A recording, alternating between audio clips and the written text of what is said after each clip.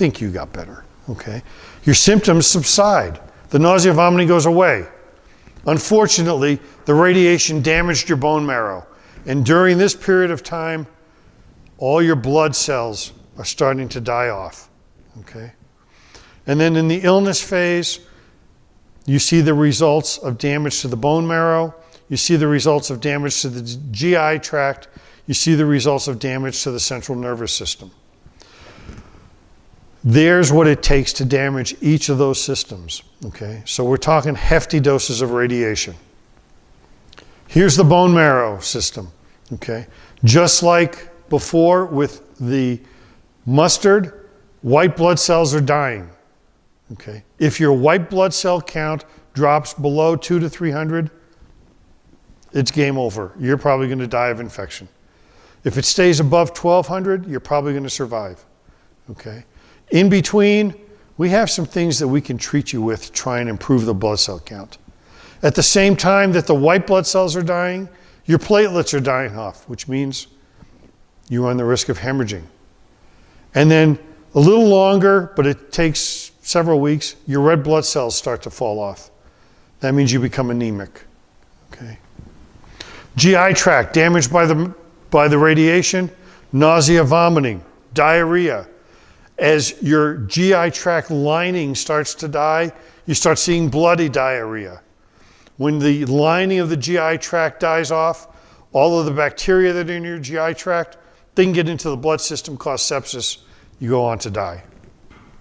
And then the central nervous system, if you take a big dose of radiation, damages the brain starts to leak fluid, okay, you get cerebral edema, increased intracranial pressure, seizures, and death. This takes a big dose of radiation, okay? How many of you saw K-19 Widowmaker, the movie?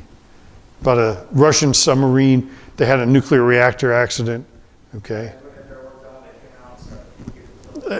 The movie itself really sucked. I mean, Harrison Ford as a Russian sub-captain was terrible, okay? But that they showed really well. The exposure to radiation, how sick people got, how quickly they got sick, okay? Really well done from that perspective, okay? Do we have treatment for this? The answer is, yeah, we have some treatment to uptake or remove radioactive material that you ingested or inhaled. A lot of these are investigational. A lot of these you have to get permission from the FDA and the CDC, okay? But they're there. This is the list of stuff that's out there. I'm not going to bore you with it because as we get better stuff, it'll change, okay? I will go back to this slide. There is an online app that you might want to consider called the Radiation Emergency Medical Management, or REM app, for your smartphone. Has a lot of good reference information for you on radiation stuff if you're interested, okay? Assume everything is contaminated. Pull out your Geiger counter, do a radiologic survey so you can determine how contaminated it is. Everybody who responds to this incident should have a dosimeter so we know how much radiation you got exposed to. And universal precautions are usually more than adequate for most of these incidents, okay? In the hospital, we got a plan for how we're going to deal with it. I won't bore you with that. Major effect is psychological, okay? Now, let's talk about planning for all of these events. High risk for secondary contamination. So you got to use PPE appropriately, okay? All hazards, you got to think all hazards.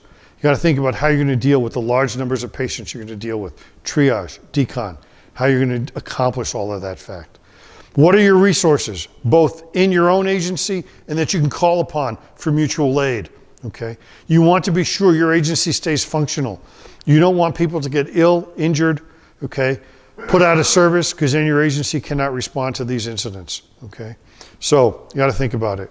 What are your current capabilities? Do you have adequate decon material? Do you have adequate antidote, okay?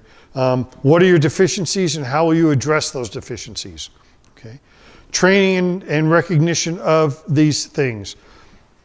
Can you recognize a chemical attack? Can you recognize a bio attack? The signs and symptoms. Do you know when you should or should not decon somebody, et cetera, and how you're going to accomplish it? Do you have the supplies to do it?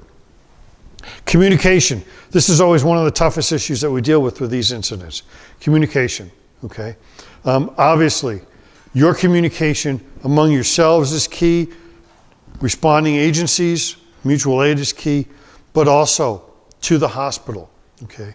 We do a terrible job of recognizing these incidents because we're dealing with a sick patient. We don't think about this. If you recognize this is a chemical incident, a bio incident, a rat incident, okay? For goodness sake, please make the call and let us know, okay? Because we will bring that patient into the hospital and we will contaminate the building. So give us a call, okay? That communication is key. At the same time, our communication back to you is essential. As you're well aware, in many of these incidents, the walking wounded, they go to the hospital on their own. Your closest hospital may already be overwhelmed with patients before you ever transport your first critical patient, okay? So our ability to let you know we're overwhelmed is also key. We may say, you know, if you have another choice for a destination, pick it, because we are swamped right now, okay? So communications is absolutely essential. The Strategic National Stockpile.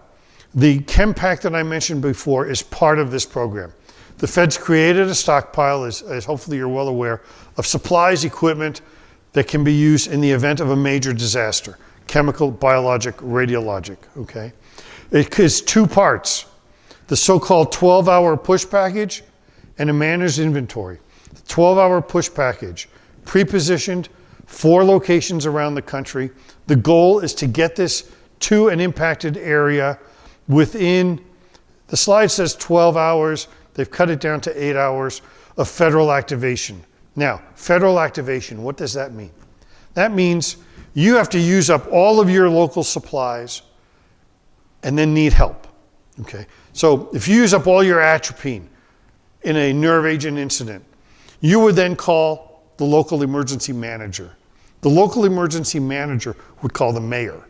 The mayor calls the governor. The governor calls the president.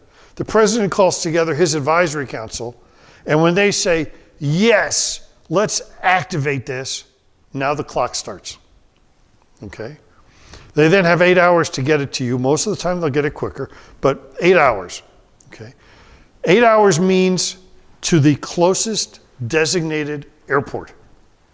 In the case of the Denver metro area, that is either DIA or Buckley, either one of those 2 airports.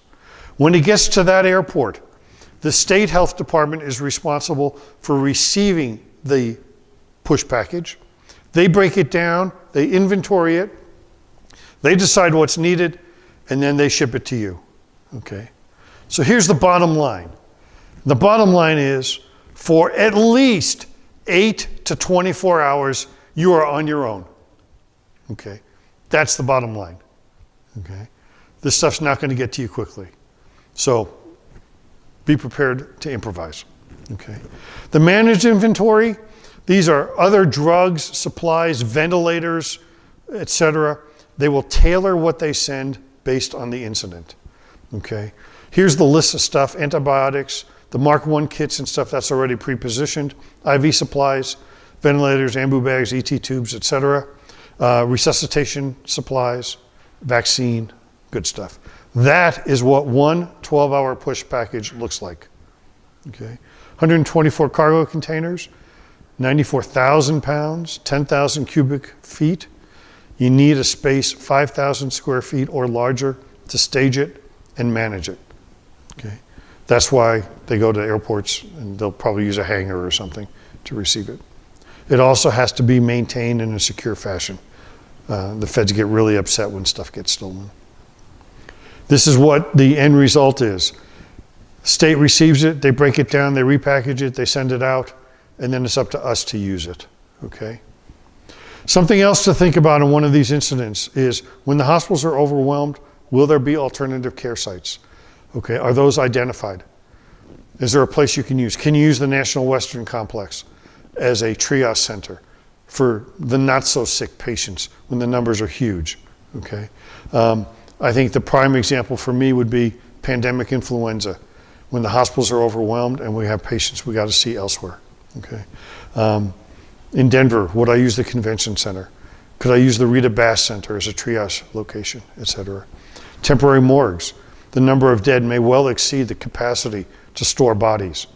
Most of our hospitals, we can store 4 to 6 dead patients in our morgues, okay? A good incident, you're gonna have a whole lot more than that, okay? Where are they gonna be stored? Are there agreements with refrigeration trucks, etc.? Okay? So you need to be able to recognize that a WMD event is happening, okay? You need to approach it safely, etc. When dispatch gets information and passes it on to you, listen to what you're being told. Listen for the clues that suggest this is a bad event. When you get to that scene, don't go rushing in. Take a look and see what's going on. Is that steam, or is that the release of something that you don't necessarily want to be all that close to, okay? You know, you look explosions with no structural damage. Maybe that's because they're dispersing something, okay? If there is a device that's dispersing a mist or a vapor, obviously. Multiple casualties with a similar incident. Okay.